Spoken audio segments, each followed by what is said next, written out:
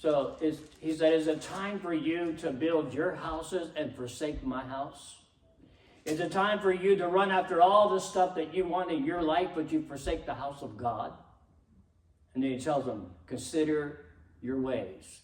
3 times he said that, consider your ways. I know you wanted to prosper, but you've got bags seemingly that has holes in them because your money just runs right through your hand. You don't have the ability to meet the needs of your life. Maybe because your priorities ain't right. Get your priorities right with the kingdom. Seek first the kingdom of God and his righteousness. Recognize that you're no longer living for yourself, but you're living for him who called you, who gave his life for you. Then we can consider our ways. But as long as we're living for ourselves, God said, I'm never going to let you prosper in that way. And Lord showed me today, 400 years God was silent to his people. But for years prior to that, hundreds of years, God spoke continuously to the children of Israel.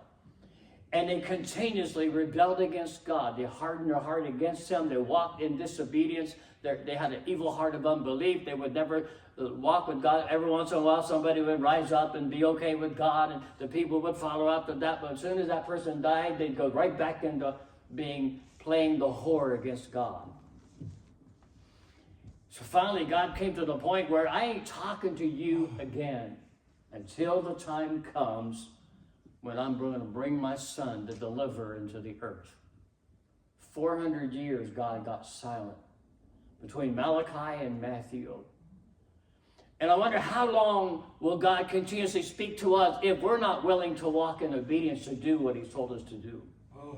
And we come to the end of ourselves, God, I don't understand why it's not working for me. And God says, hey, I tried to tell you many times.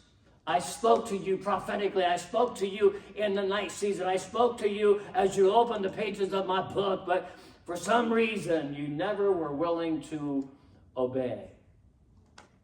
Well, thank God he's not going to get silent with us, because Jesus is already resurrected from the dead, and he's praying for us that we would never fail in our faith, right? But with the children of Israel, he's like, I ain't saying another word to you.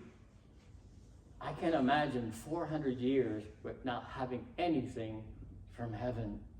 I don't want to go a day without getting something from God. Hey, God, I need your voice today. I need to know something now, and give me something from your word that's going to edify me and build me up and encourage me to continuously put my hands to the plow, to run my race with gladness and with joy, and to fulfill the ministry that you've given unto us. Thank God, God is long-suffering, right, toward usward. He don't give up on us when he says it to us many times and we don't obey it. He just keeps working with us. Here's a word, here a little, there a little, line upon line, precept upon precept. God develops our faith, and we finally get to the point, hey, I'm not like I used to be. I've been changed. I don't know when it happened, but for some reason, I can look back in my past and recognize I'm not there anymore. I don't do the things I used to do. When I was a child, I spoke as a child, but when I became a man, I put away childish things. I grew up in Jesus. And I started living my life differently, walking in obedience, having an ear to hear what it is the Spirit of God's going to speak to the church.